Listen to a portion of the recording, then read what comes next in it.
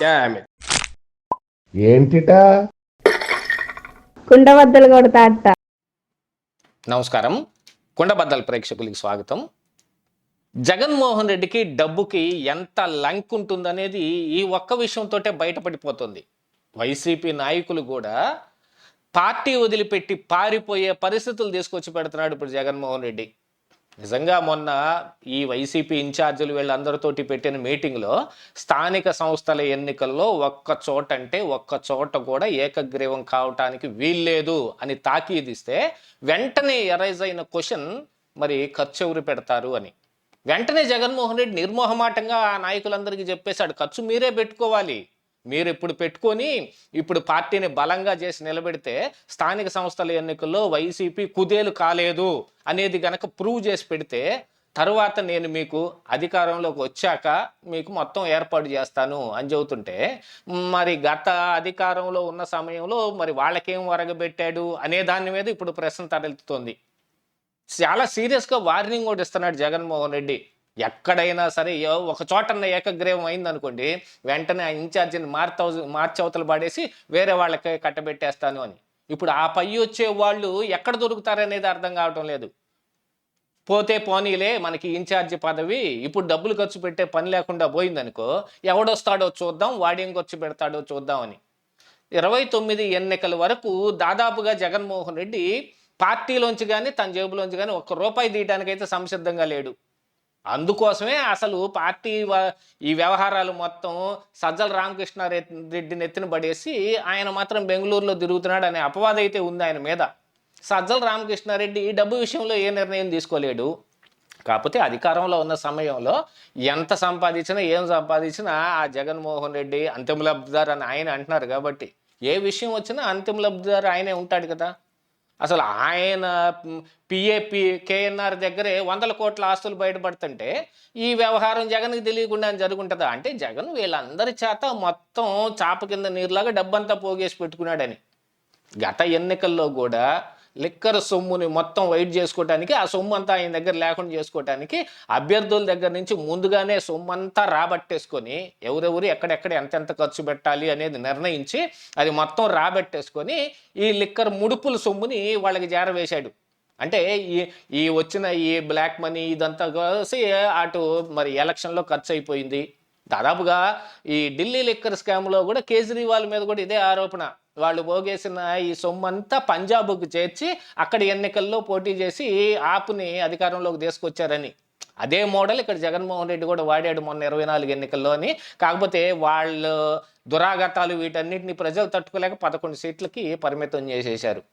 కాకపోతే ఇప్పుడు ఏంటంటే వైసీపీ ఇంకా మంచి గట్టి స్థానంలో ఉంది అని చెప్పుకోవాలి అని అంటే ఎన్నికల్లో ఏదో ఒక ఎన్నికల్లో వాళ్ళు ఫేస్ చేసి దాంట్లో గట్టిగా నిలబడాలి, అక్కడ సీట్ని కైవసం చేసుకోవాలి.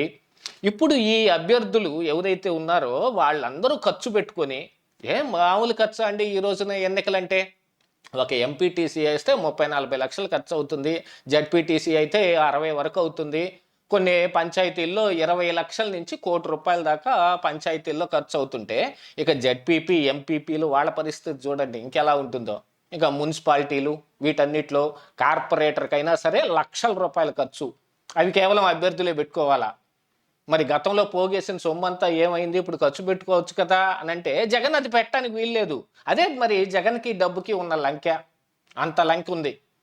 లేదు, ఎవరెవరికి గతంలో కాంట్రాక్ట్లు ఇచ్చి వాళ్ళందరి చేత బాగా ఇక్కడ ఆంధ్రప్రదేశ్ సొమ్మంతా తినబెట్టాడో వాళ్ళన్నా వచ్చి ఖర్చు పెడతారా? ఏమన్నా పార్టీ ఫండ్లు ఇస్తారా? అభ్యర్థులకి ఏమైనా డబ్బు చేరేస్తారంటే వాళ్ళు కూడా ఎవరు రావటం లేదు. దాదాపుగా ఇప్పుడు కూటమి ప్రభుత్వంతో వాళ్ళందరూ మింగిలైపోయారు, జగన్ వదిలేశారనేది కూడా ఒకటి బయట ప్రచారం నడుస్తుంది అనుకోండి, అది వేరే విషయం. అంటే ఆ సొమ్మంతా కూటమి ఖర్చు పెట్టే విధంగా కనపడతా ఉంది. దాంతోపాటుగా గత స్థానిక సంస్థల ఎన్నికల నాడు ఏం జరిగిందో అది మొత్తం ఆ కసి తీర్చుకోవడానికి ఈ రోజున కూటమి అభ్యర్థులు కానీ కూటమి క్యాడర్ కానీ సంసిద్ధంగా ఉన్నారు. ప్రతి చోట ఏకగ్రీవం చేసుకోవటానికి అధిష్టానం ఆదేశాలు ఇవ్వకపోయినా కూడా వాళ్లే ప్రయత్నం చేసేటట్టున్నారు. గతంలో మరి వైసీపీ నాయకులు నామినేషన్ల పత్రాలు చింపేసి జాకెట్లో చేతులు పెట్టి మరి నామినేషన్ పత్రాలు ఎత్తకపోయి లేకపోతే తురకా కిషోర్ లాంటి వాళ్ళు ఓ పెద్ద బొంగు తీసుకొని ఇటు నుంచి అటు చివరి దాకా పొడిచి కారుని ఇట్టా ఊపింది. ఇట్లాంటి సంఘటనలన్నీ వైసీపీ చేసి మళ్ళీ మనకి తిరిగి అయ్యే జరిగితే అనే భయంలో వాళ్ళు ఉంటే జగన్మోహన్ రెడ్డి పైపెచ్చు వార్నింగ్. మరి రోడ్లో తలకాయ పెట్టినట్టు పరిస్థితి అయింది వైసీపీ నాయకులది. పైనుంచి రాకెట్ పోటు, కింద నుంచి రోలు పోటు. పైనుంచి జగన్మోహన్ రెడ్డి ఒక పక్కన షంటుతుంటే కింద నుంచి ఖర్చు ఒక పక్కన షంటుతా ఉంది వాళ్ళని. సో వీళ్ళందరూ పారిపోవడానికి సంసిద్ధంగా ఉన్నారు అని అంటే మొన్న అందుకనే సజ్జల రామకృష్ణారెడ్డి వైనాట్ 175 బదులుగా ఓన్లీ 100 స్థానాల్లో మనం ఖచ్చితంగా గట్టిగా నిలబడాలి అనే ఒక ప్రపోజల్ తీసుకొని రాగానే ఆ 100లో మాది లేకుండా చేయండి అని ప్రతి ఒక్కళ్ళు అడుగుతున్నారు. దానికే ఇలాంటి పరిస్థితులు వచ్చి పడ్డాయి. కాకపోతే ఈ జగన్మోహన్ రెడ్డి తన పార్టీని నిలబెట్టుకోవడానికి, తన పరువు నిలబెట్టుకోవడానికి ఈ అభ్యర్థులు మొత్తాన్ని అయితే కేసులు పట్టించుకోండి, లేదు కాళ్ళు ఎరగొట్టించుకోండి, కాదు అనుకుంటే ఆస్తులు అమ్ముకొని మరి వైసీపీని నిలబెట్టండి, నేను వచ్చినాక మీకు ఏదో ఒకటి చేస్తా. ఆయన వచ్చినాక ఏం చేస్తాడు? ఆయన వస్తాడా రాడా అనే ఒకటి సందిగ్ధం అయితే ఈ రోజుకి మరి వైసీపీ అభ్యర్థులు కనపడుతుంది. ఆయన నోటి నుంచి జాలువారుతున్న ఒక్కొక్క ఆనిముత్యం వైసీపీని ఒక్కొక్క మెట్టు తెగ్గొడతానే ఉంది. మావిగన్ విషయం కావచ్చు, నేను అమరావతి రైతుల పేరుతోటి ఒక పెద్ద డ్రామా కట్టాడు, అది వేరే విషయం.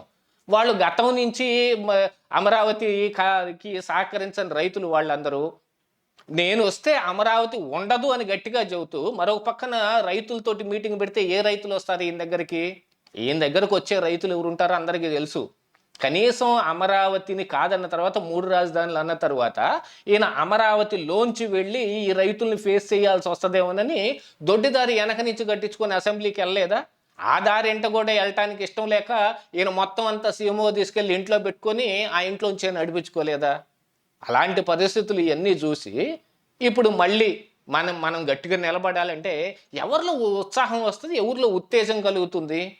కానీ జగన్మోహన్ రెడ్డి ఏదైనా ఒక ప్లాన్ ప్రకారంగా ఆయన ఏ నిర్ణయం తీసుకుంటున్నాడు అని అంటే ఆ నిర్ణయాలన్నీ మావిగన్ లేదు, వాడి తలకాయ లేదని మరి వల్లభనేని వంశీ అన్నట్టుగానే ప్రతి ఒక్కళ్ళు అంటున్నారు.